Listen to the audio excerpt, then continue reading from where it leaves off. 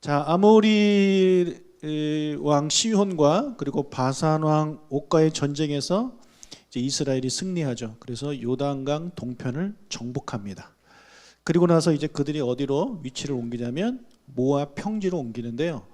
모압 평지는 어디냐면 중앙에 이제 요단강이 있으면 여리고 건너편이 바로 이 요단 평지입니다. 22장 1절을 읽겠습니다. 이스라엘 자손이 또 길을 떠나 모압 평지에 진을 쳤으니 요단 건너편 곧 여리고 맞은편이더라. 자, 이 사람들이 평지에 있단 말이에요. 평지에 지금 200만 명 정도가 이제 모여 있습니다. 그런데 그들을 바라보는 한 사람이 있었는데 바로 모압의 왕 발락이라는 사람이었습니다. 이 사람이 산에서 그 모압 쪽은 이제 산이 많거든요. 산에서 이렇게 바라보니까 큰 무리가 앉아 있는 거 보니까 이제 두려운 거예요. 그런데 그뿐만 아니라 숫자만 많을 뿐만 아니라 계속해서 이기고 있잖아요. 그렇죠. 그 강한 아모리 족속과 싸워 이겼잖아요.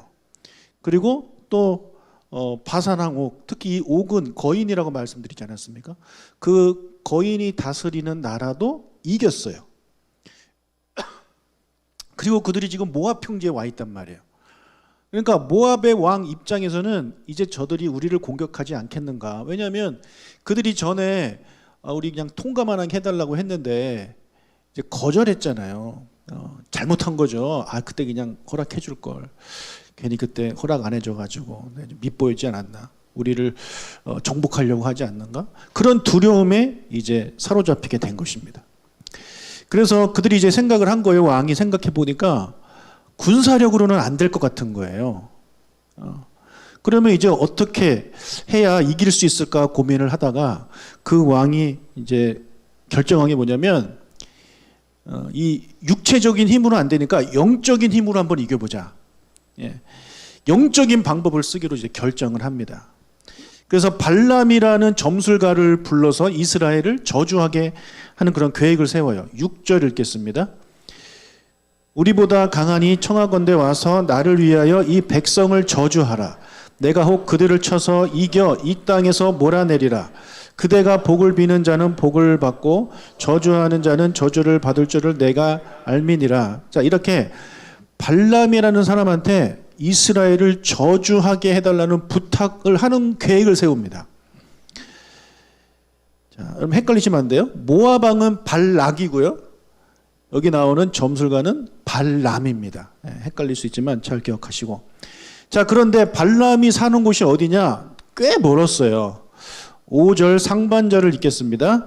그가 사신을 부올의 아들 발람의 고향인 강가 부돌에 보내어 발람을 부르게 하여. 자, 여기 어디에 산대요? 강가 부돌에 산대요. 여기 나오는 강은요, 유브라데 강을 말합니다. 그래서 지도에서 보시면 아시겠지만 모압에서부터 꽤 떨어졌어요. 640km 정도 떨어진 곳입니다. 여러분, TV나 인터넷도 없는 그 시절에 이 점술가, 쉽게 말하면 무당이에요. 이 무당이 얼마나 용하다는 소문이 났으면 그 시대에 640km 떨어져 있는 모압 왕의 귀까지 들렸겠습니까? 그러니까 대단하게 용한 그런 무당이죠.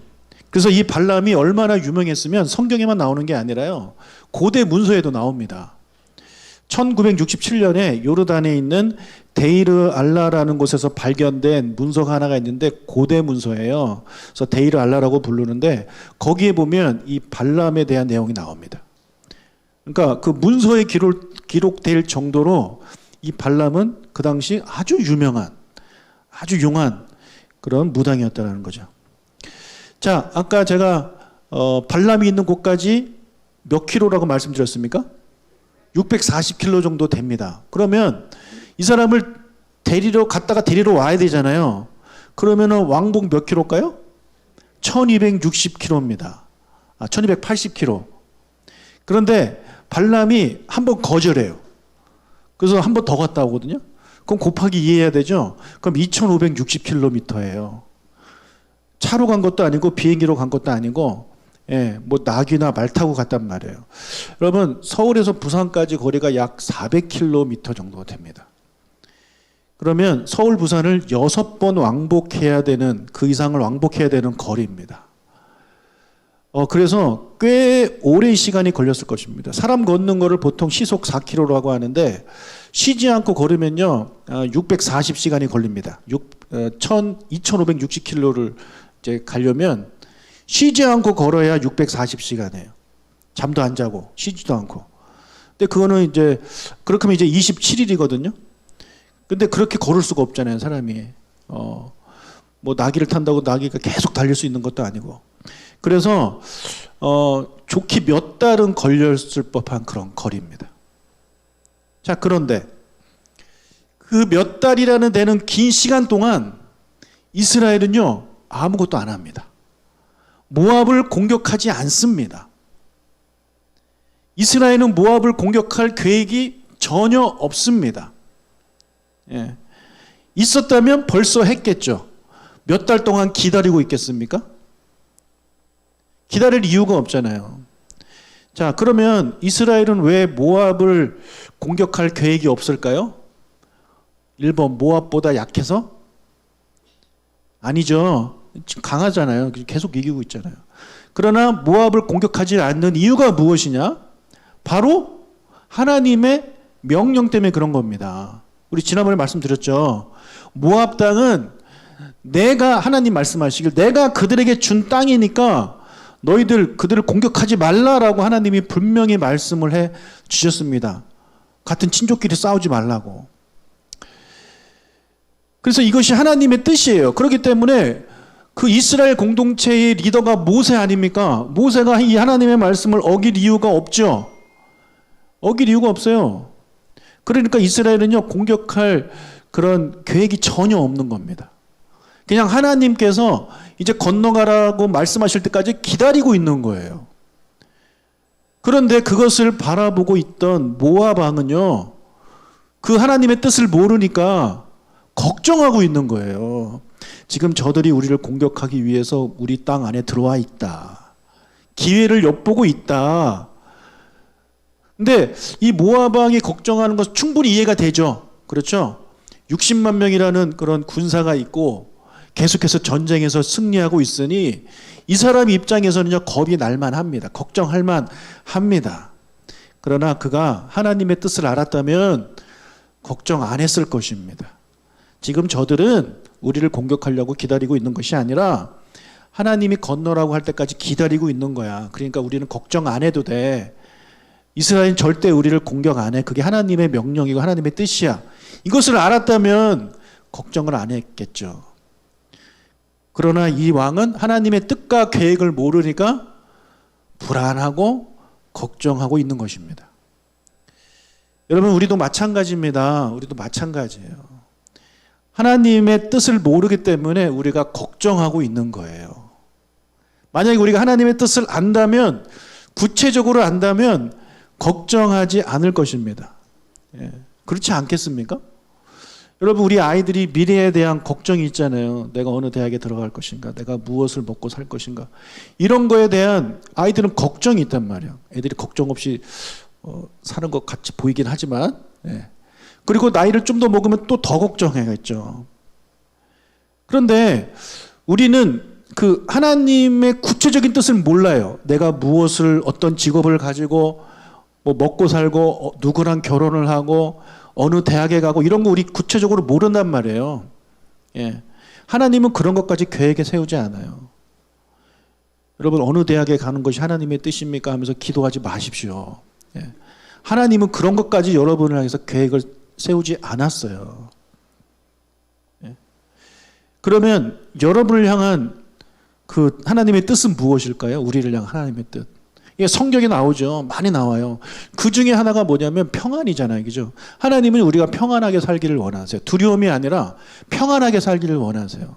그리고 우리가 그리스도 안에서 풍성함을 누리기를 하나님은 원하세요. 즉, 하나님은요, 우리가 이 세상을 살면서 하나님의 그 품 안에서 행복하게 살기를 원한단 말이에요. 그게 하나님의 큰 뜻이에요.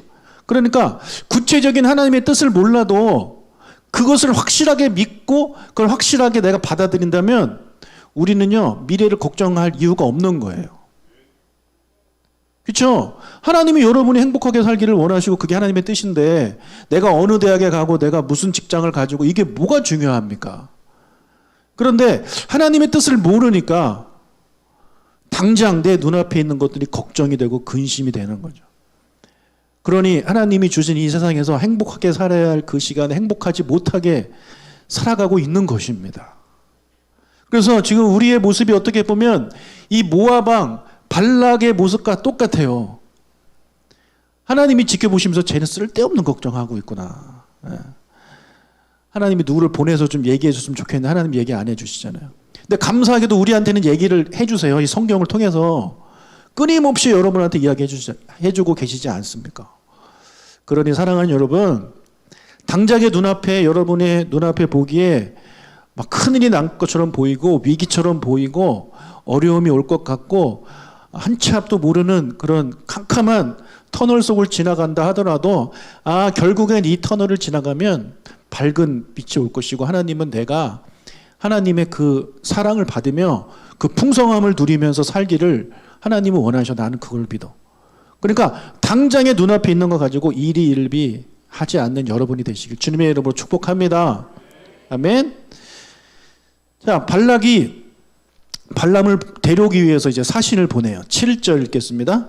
모압 장로들과 미디안 장로들이 손에 복채를 가지고 떠나 발람에게 이르러 발락의 말을 그에게 전하매. 자, 모압과 미디안의 장로들이 손에 복채를, 여러분 좀 보러 가신 분들은 아시죠? 복채 가져가야 되잖아요.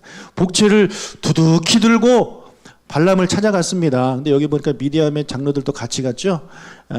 그 이유는 당시 그 모압과 미디안이 연합을 했기 때문에 그런 겁니다.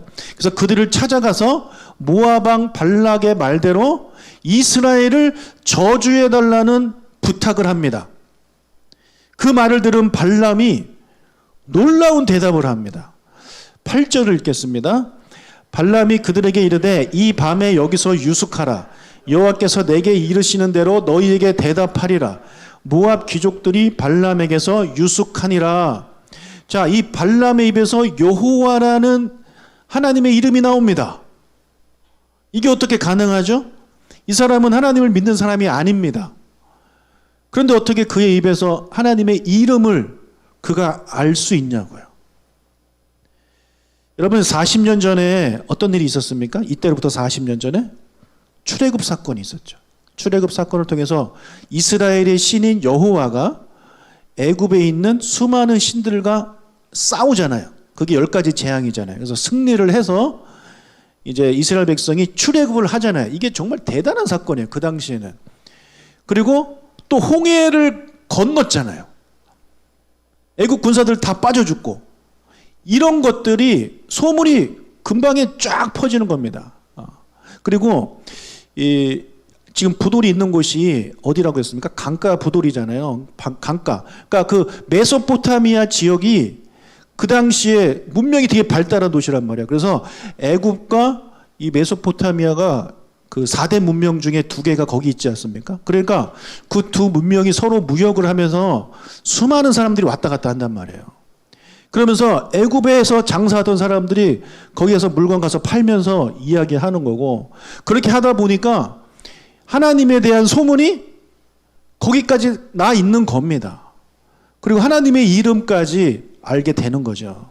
그래서 여호와를 믿지 않는 이 발람이 여호와의 이름을 알고 있는 것입니다.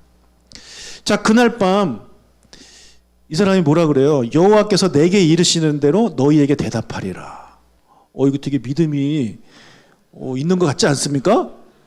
주님이 말씀하신 대로 제가 그대로 말씀해 드리겠습니다. 여러분 이 발람을 제가 일단 결론부터 말씀드릴게요. 나쁜 놈입니다. 나쁜 놈. 돈만 아는 놈. 그리고 믿지 않는 놈. 믿음 없는 놈이에요. 겉모습에 속으면 안 돼. 이런 말하는 거에 속으면 안 돼요. 여러분 이 말 그거랑 똑같아요. 우리 점 보러 가면, 저는 가본 적이 없지만 TV 같은 거 보면 그렇더만요. 우리 동자신에게 여쭤보고 동자신이 말씀해 주신 대로 알려주겠다. 그거 똑같은 거 아닙니까? 이 사람 무당이에요. 그러니까 여러 가지 신들을 접할 수 있는 거예요.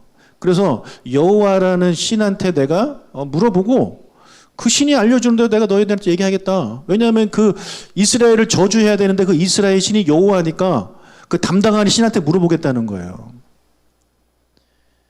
여러분, 믿지 않는 자도 이런 말을 합니다. 우리도 믿는 우리야말로 하나님이 하시는 말씀, 우리에게 말씀하시는 대로 우리가 전해야 되겠죠. 자, 그날 밤 놀랍게 하나님이 발람에게 말씀을 하셨어요. 자, 9절과 10절을 읽겠습니다. 하나님이 발람에게 임하여 말씀하시되 너와 함께 있는 이 사람들이 누구냐? 발람이 하나님께 아뢰되 모압 왕 십볼의 아들 발락이 내게 보낸 자들이니이다 이르기를. 자, 하나님이 나타나셨어요. 말씀하셨어요. 너와 함께 있는 이 사람이 누구냐? 이렇게. 그랬더니 발람이 놀라고 있습니까? 안 놀라고 있습니까? 놀라고 있나요? 안 놀라고 있나요? 안 놀라고 있죠? 여러분, 우리 창세기 같은 걸 읽어보세요. 하나님이 나타나셔서 말씀하실 때는 항상 뭐라 그러냐면 두려워 말라. 왜냐하면 하나님이 말씀하시면 다 무서운 거예요. 예. 근데 지금 발람은요 안 무서워요. 왜요? 무당이에요. 예. 얘는 이걸로 먹고 사는 애예요. 그러니까 수많은 신들과 접했던 사람이기 때문에 여호와가 말씀을 하셔도 안 놀라는 겁니다. 그만큼 용한 사람이에요. 왜 소문에 나오고 고대 문서에 기록됐는지 알겠죠? 자, 그래서 이 발람은요 처음이 아닌 것처럼 너무나도 자연스럽게 대화를 해요. 모압 왕 십볼의 아들 발락이 내게 보낸 자들입니다. 그들이 나한테 말하기를 이스라엘을 저주해달라고 나한테 요청을 했습니다. 라고 그렇게 이제 하나님께 대답을 하고 있습니다. 여러분, 여기서 하나님이 믿지 않는 발람과 대화를 하는 것을 보면서 우리가 이것을 좀 주목을 해야 되는데요. 여러분, 우리 하나님 아버지는 우리에게만 말씀하시는 분이 아닙니다. 믿는 자들에게만 말씀하시는 분이 아닙니다. 하나님은요, 믿지 않는 자들에게도 말씀하시는 분입니다. 그걸 여러분들이 이해를 하셔야 돼요. 하나님은 과거부터 지금까지 또 앞으로도요, 수많은 불신자들한테 계속해서 말씀을 하셨고 말씀하고 계시고 말씀하실 것입니다. 자연 계시를 통해서 말씀하실 것이고 특별 계시를 통해서 말씀하실 것입니다. 자, 자연 계시는 뭡니까? 이런 자연을 통해서 또 꿈을 통해서 그렇게 하나님께서 자기를 말씀하시는 게 자연 계시고 특별 계시는 성경을 통해서 말씀하시는 거죠. 그래서 하나님은요, 그 옛날부터 지금까지 계속해서 말씀하고 있습니다. 그들이 못 듣는 것이고 또는 못 듣는 채 할 뿐입니다. 그리고 그게 하나님의 음성인지도 모르고 살고 있는 것이고, 지금 이 발람은 아주 용한 무당, 영적으로 많이 발전된 그런 사람이기 때문에 이렇게 그것을 알아듣는 사람이 되는 것이죠. 자, 발람이 이제 모압의 왕이 이스라엘을 저주해 달라는 부탁을 받았다고 하나님께 대답을 하니까 하나님이 이렇게 말씀하셨어요. 12절. 하나님이 발람에게 이르시되 너는 그들과 함께 가지도 말고 그 백성을 저주하지도 말라. 그들은 복을 받은 자들이니라. 자, 이스라엘은 복받은 민족이기 때문에 너 절대 그들을 저주해서는 안 된다 라고 말씀하십니다. 따라가지도 말고 저주하지도 말아라. 그들은 복받은 민족이다. 이렇게 이제 대답을 하셨습니다. 여러분, 우리도 예수를 믿어 하나님의 자녀가 된 우리도 복받은 자들이심을 믿으시기를 바랍니다. 그 누구도 우리를 저주할 수 없습니다. 하나님이 허락하시지 않습니다. 그래서 이것을 사도 바울은요 이렇게 표현했습니다. 로마서 8장 38절 39절. 내가 확신하노니 사망이나 생명이나 천사들이나 권세자들이나 현재 일어난 장래일이나 능력이나 높음이나 깊음이나 다른 어떤 피조물이라도 우리를 우리 주 그리스도 예수 안에 있는 하나님의 사랑에서 끊을 수 없으리라. 자, 이게 같은 말이에요. 그 누구가 우리를 저주해서 하나님의 사랑으로부터 우리를 끊으려고 한다 할지라도 하나님은 허락하지 않아요. 그들의 저주는 아무런 의미가 없는 것입니다. 그 어떤 것도 여러분을 향한 하나님의 사랑을 끊을 수 없습니다. 믿으시면 아멘. 아멘. 예. 자, 발람이 이제 아침에 일어났어요. 그리고 발락이 보낸 자들한테 말씀합니다. 여호와께서 내가 너희와 함께 가는 것을 허락하지 않으신다 라고 대답하고 그들을 돌려보냅니다. 괜찮은 사람 같은데요, 목사님? 괜찮은 사람 아닙니까? 네, 이렇게 생각하실 수 있어요. 그죠? 지금 그냥 갔으면 돈 많이 벌 텐데 그냥 돌려보내잖아요. 네. 여러분 생각을 한번 해봅시다. 이스라엘을 저주해달라는 부탁을 받았을 때 이거 하나님께 물어볼 만한 건덕지 있는 겁니까? 만약에 누군가가 여러분한테 누구를 저주해달라는 기도 요청을 했어요. 여러분 그걸 가지고 잠깐만요, 하나님께 여쭤보겠습니다. 이게 하나님이 기뻐하는지 안 하는지 한번 보겠습니다. 이거 물어봐야 하나요? 이건 누가 봐도 하나님이 싫어하시는 거죠. 여러분 이 사람은요, 여호와라는 이름은 알지만 여호와가 어떤 분인지를 모르는 사람이에요. 여호와가 하나님의 백성을, 이스라엘 백성을 어떻게 생각하는지 전혀 모르는 사람이에요. 그냥 소문만 들어서 아는 거예요. 이스라엘의 신이다, 능력이 있다. 그러니까 하나님한테 이거 물어봐봐야 하나님이 허락할 리가 없다라는 것을 이 사람은 전혀 모르고 있는 것입니다. 여러분 우리가 여러분 그럴 분은 없으시겠지만 혹시라도 뭐 나쁜 죄라든지 나쁜 마음을 먹고 이런 것을 하면서 하나님께 뭐 허락을 구하고 이런 기도는 안 하시기를 바랍니다. 당연히 안 하실 거라고 믿지만 그거는 물어보나 마나예요. 하나님의 뜻이 아닌 것을 우리는 분명히 알 것입니다. 자, 사절단이 거절을 당해서 돌아갔어요. 640km를 다시 돌아갔어요. 그랬더니 이 발람이요 포기하지 않아요. 이 발람이 좀 생각해 보세요. 지금 1280km를 왔다 갔다 하면서 최소 한두 달이 지났을 텐데 아무 행동도 안 하고 있으면 뭔가 좀 알아봐야 되는데 여전히 두려워하고 있어요. 그래서 다시 한번 보내는데 이번엔요 1차 사절단보다 더 높은 사람들을 더 많이 보입니다. 많이 보내요. 15절 발락이 다시 그들보다 더 높은 고관들을 더 많이 보내매. 그러니까 지금 발람을요 되게 그 VVVIP 취급을 하고 있는 거죠. 근데 이번에는 복채 정도를 들고 가는 게 아니에요. 그냥 백지수표를 들고 갑니다. 17절 내가 그대를 높여 크게 존귀하게 하고 그대가 내게 말하는 것은 무엇이든지 시행하려니 청하건대 와서 나를 위하여 이 백성을 저주하라 하시더이다. 그대가 내게 말하는 건 내가 다 해주겠다. 내가 다 들어주겠다.